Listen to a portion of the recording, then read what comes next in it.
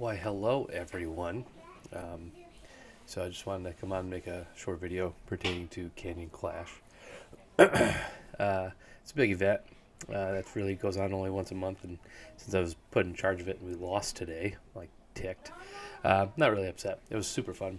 It's probably my favorite game. I love the strategy games. But anyway, so winning really comes down to how well we work together, and I wanted to put together this quick guide to make sure that we're all on the same page and that we could really dominate this game. I think we really could. I found this picture online. Kind of wanted to explain some things and then talk about strategy on here. Really getting ready is really key to our team, and even before the event starts, I want to make sure that we have our best hero lineups and strongest troops prepped. Looking into it a little bit more, the heroes don't matter super much unless they're all, unless you have some that, unless they're all like perfectly ranked. At the highest level. If all your heroes are maxed out, then it'll matter. Like all my heroes aren't maxed out yet, especially like the SS heroes aren't maxed out for me.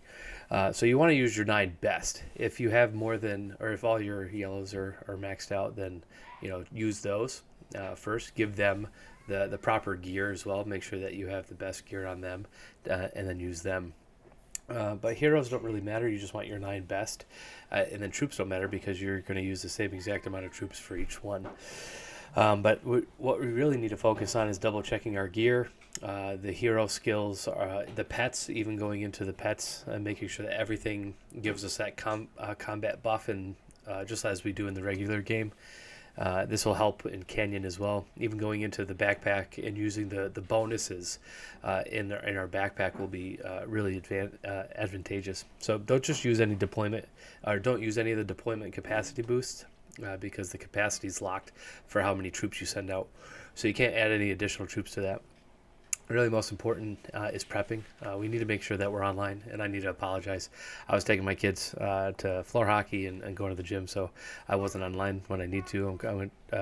Next month we won't have floor hockey's done, so hopefully I'll have more time in the morning to prep for that, and then be online when I need to. I really want to have on Discord. I want to start a call, because trying to type everything is like super difficult. A lot of the videos I watched online of people that are super successful in Canyon, they do a Discord channel, chat, and so they're talking to each other.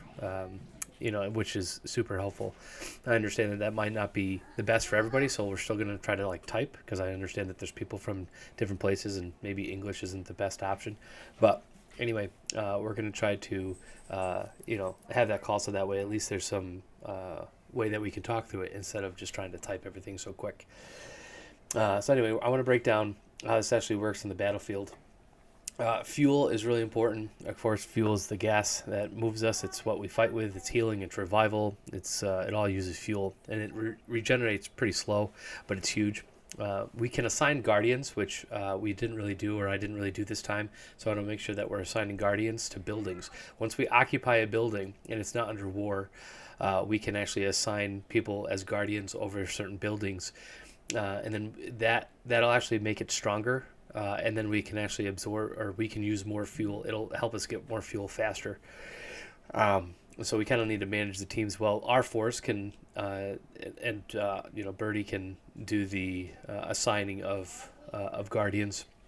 A lot of us were our force in that. So anyway, when our troops meet an enemy squad in a building, it automatically starts doing the 1v1 fight. The order in which the squads arrive, it matters, because the timing can be everything. If we win, so if we stay, or if we win, we stay. If we lose, of course, we go back, we get to the restart. All right, so I have this huge mouse, and here's the map. Of course, we were blue. We were the downside of the map this time. So what my strategy was to really have 3 teams.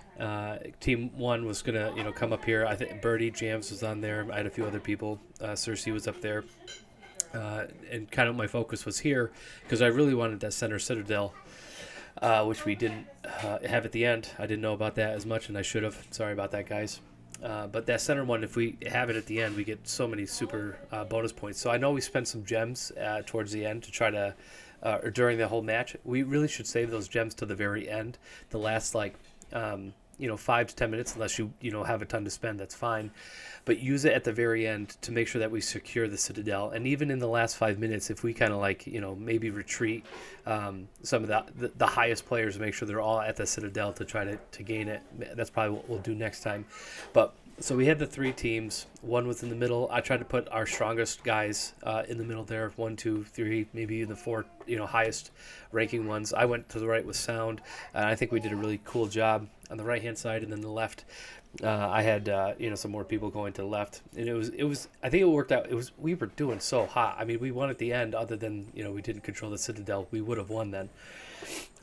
So instead, what we should almost really focus on having 6 teams. Now that's really hard, and if I have enough time, and if the people are online soon enough, I probably could work that out. And we could even have, if you could see that these are numbered, I-31, I-30, I-28. I-19, I-18, I-27. Now I'm saying that we could have 6 teams because there's 6 ports of entry, and so we really need to secure the border. Now, when we set up the teams or setting up our heroes, so you have 3 different groups, right, to set up. Our third group, I think our strategy for next time is that we're going to leave our third group on our own land here. Reason being is because we were really going into enemy territory really well, but I think that towards the end, like red overtook our right hand side, and I think it was a lot because we weren't defending these bases. And so I think what we're going to do is put our third, once we secure these, we'll put our last troop group in these. Each player should have at least one group in one of these, and then have at least one guardian in each one of those ports, so that way we can't have, it'll be the most strong defensively if we have one in there. And then we could always be sending 2 into enemy territory. And I think that'll work best.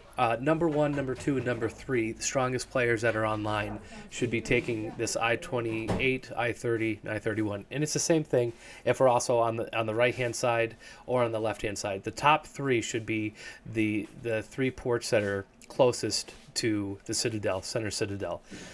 The main focus would really be for them, because before we even get into that third phase where the citadel opens, I mean, it's like 40 minutes of doing all the other stuff before we even get to that center citadel, is that we really should be trying to defend our borders and then getting into theirs, but then trying, once the second phase opens up, we have these 1800 citadels. I forgot what the name of them are, but they open up, and we should be trying to take them as much as we can.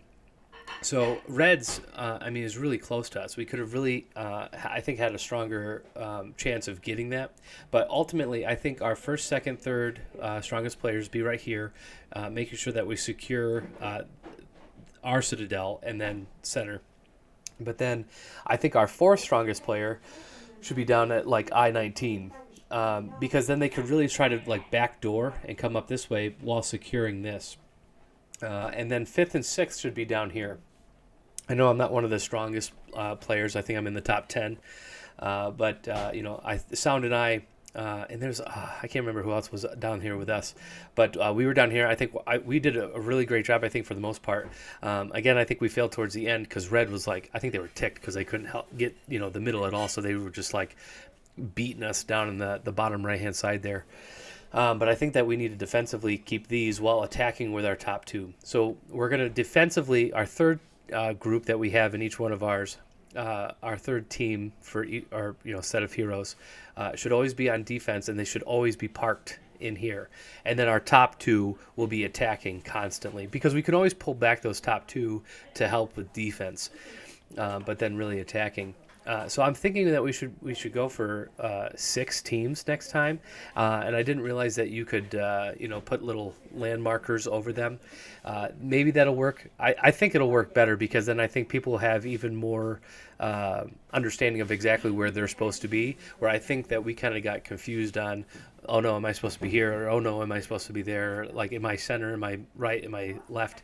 Instead, we could have more of an understanding and an idea of, oh no, I'm supposed to be right here. Or oh no, I'm supposed to be right here. Those are supposed to be my towers that I'm defending. Anyway, ultimately, I think we did an awesome job. Super fun. I think we did really, really well.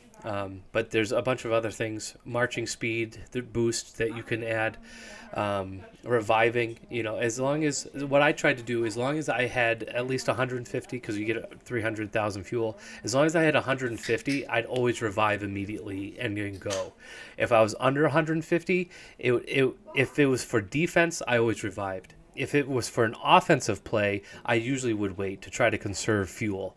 So as long as we're defending our own property, our own land, then I would revive as fast as I can. If it's to attack, then I would wait until I was over at least 100, if not 150. For the Citadel, I mean, we need the people that are willing to spend a little bit of money to make sure that we win that. And I'm not trying to be whatever. I just know that Jams and Birdie sometimes will, and then Cersei, I don't know. I don't know how much people are willing to spend on gems and all this other stuff. But if they're willing to, it's like those are the people that need to be attacking the Citadel. Kind of outlining for 17 minutes is, of course, our main goal here is to just conquer all of our area and then look into conquering the other teams. The next 20 minutes is where those fortresses open up. And so once those fortresses open, I think our main goal, especially for teams 5 and 6, would be to try to get their fortress on their side. So if we had our 5th strongest player here, our 6th strongest player here, then then even with each one of those I'd love to have a secondary person going with them, if not a third. I think we can have up to 30 players in a single round, and I don't know how many players we had this time, and I don't know how many players each team had on theirs. But yeah, you can have up to 30. And so if we could have 6 teams and there was 5 for each, that'd be awesome. But more realistically, it's going to be 2 to 3 players per team. And so if we could divide up into 2 or 3, that'd be really nice for communication. Because then you're only talking to, 2 other guys or one or 2 other people specifically about your lane and what you're trying to accomplish. One, it's easier for everybody because then you don't have to look at the whole map and what you're trying to do. You're looking specifically at just what your job is. Anyway, if you have any questions, reach out and ask. I love strategy, so this was really fun. I'm super bummed we didn't win, but we played great. I mean, we were so close. I thought we had it at the end. We were winning, and then all of a sudden it was like, oh, we lost, and I was like, oh, I'm going to kill somebody, but not really. Anyway, all right. Any questions? Reach out and ask. All right. Well, thanks for playing, guys. You guys are the best team. I love our alliance that has changed names 14,000 times. So I don't know what Chaos Council, I think, is what we're called right now. Even though Avengers United is what we're still on in Discord. But anyway, have a great day, guys. Enjoy Silent Saturday, as they call it. It's the day between the Resurrection Sunday and then our Friday, where Christ was crucified. Anyway, all right. Have a great day, guys. Talk to you later. Bye.